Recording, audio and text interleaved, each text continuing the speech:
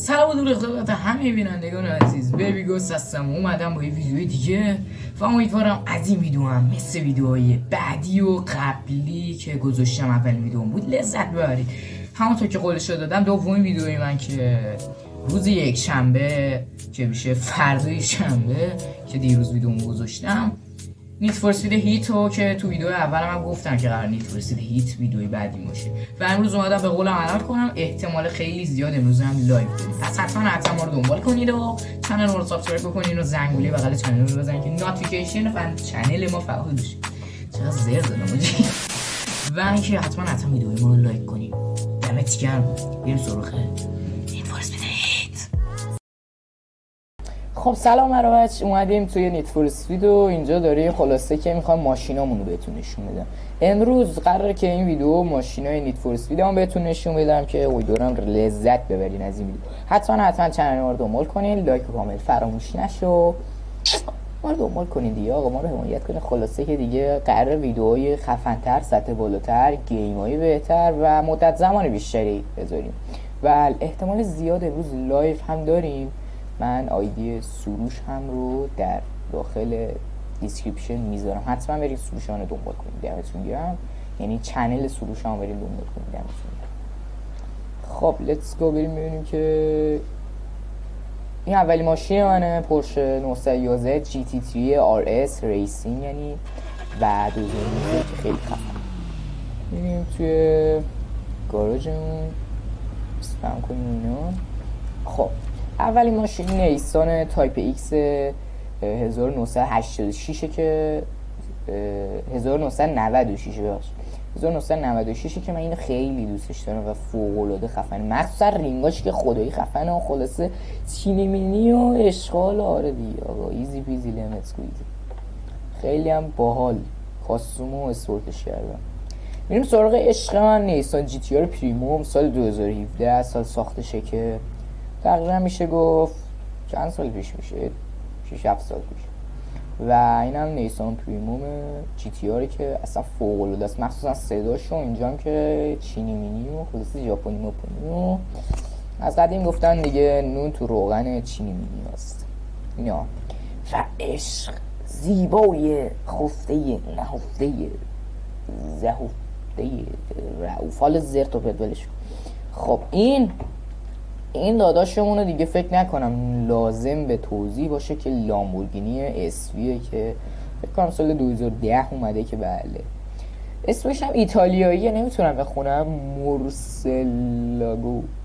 مورسلاگو این هم شروریه که آره دیگه بابا لامبورگینی دیگه، اون زرت و پت لامبورگینی دیگه بابا. خلاصه کاری نداریم اسمش چیه. این هم بی ام وی اِوولوشن M3 1988 که فکر کنم پدر بزرگوار یا مادر پدراتون یا خیلی از اقوامتون که یکم سنشون زیاده اصلا بالای 30 سال اینطورن این ماشین رو خیلی خوب میشناسن. قطعا هم باهاش خاطره دارم که الان نگاه کنید ایز اینجا خفن. کلا من تو کار ژاپنی و چینی و کاتانا و نینجا و انیمه و اینا خیلی باحال دختره. و عشق من این ماشین فوق العاده است. سوبارو بیارزد پریمیوم سال 2014 این ماشین عرضه شده که فوق العاده شبیه تویوتا جی تی اس که خیلی شبیهشه واقعا. جی تی اس 8 فکر کنم خیلی شبیه همه. یعنی من این دوتا رو با هم مقایسه کردم، حتی بغل هم این دوتا ماشین رو دیدم ولی خیلی شبیه همه. حالا نمیدونم سوبارو از تویوتا اسکی رفته یا تویوتا از روی سوبارو خلاصه پیست درست کرده اونا. بی ام ام 3 2006 دقت کنید، اینم ام 3 و اینم ام 3. این ام 3 ایولوشن سال 1988، این ام 3 خالی سال 2006 که خب خیلی خفن تره از این. اینم یه حالت همونو داره. من خواستم اینا یکی باشه تقریبا تم رنگش و اینا، به جز این که این خفن تر از اونه. خیلی هم سرعت زیاد. سرعتش چنده؟ این سرعتش 283 تا تقریبا 300 کیلومتر میره. این هم پورشه 911 جی تی 3 که گفتم که خیلی خفن و خلاصه اینو اسپانسوری کردم. خیلی روتی فروم و دیگه بگم ایدو 73 که نمیدونم برای چی بود یادم نمیاد، یه دونه برندی بود دیگه همچین لوگویی داشت و واریس و ولتکس و اصلا برندهای خفن. و این سراغ بقیه ماشینامون که نه اینجا خیلی باحاله واقعا. و این ماشین نیسان اسپیس آر آکرو هست، آیرو میگم ولی آکرو هم خیلی بهش میگن. خب اسم اصلیش آیروه ولی آکروه در واقع، که سال 2002 عرضه شده که فوق‌العاده ایزی و خفن اصلا عشق میکنم من با این، خیلی خیلی گاده اصلا. نها کنین خیلی به سیس ماشین بازو میخوره اصلا، قطعا همه ماشین بازو با این حال میکنن، مخصوصا با این رینگای خوشگلش که من خیلی دوستش دارم. و این کامارو اس اس 1967 خیلی قدیمی های ماشینه ولی سوپره، یعنی ببین عشقه. شولت کاماروی اس اس 1967 که به شخص بد عاشق این ماشینم و این رنگ و لعاب و اصلا آدم لذت میبره نگاش بکنه، مخصوصا رینگاش خوشگله و چرخا رو نها کن اندازه چرخ قلتک جاده صاف کنی. و آخرین ماشین من فورد جی تی 2017.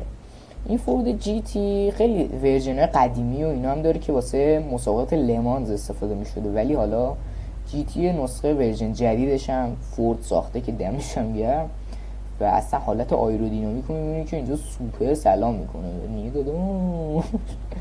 و خب من 10 تا ماشین دارم، قبلا خیلی ماشین بیشتر داشتم، تازه ریختم توی کامپیوتر و به خاطر همینه که کمتر ماشین دارم. و هم داشت اون کرکتر بیبی گوست دادام این داشتم خیلی باحاله دیگه، کلا 30 نمیده کفش آدیداس و شلوار جین و سندویچ لباسش و ماسک‌های خفن و خلاصه ایزی بیزی.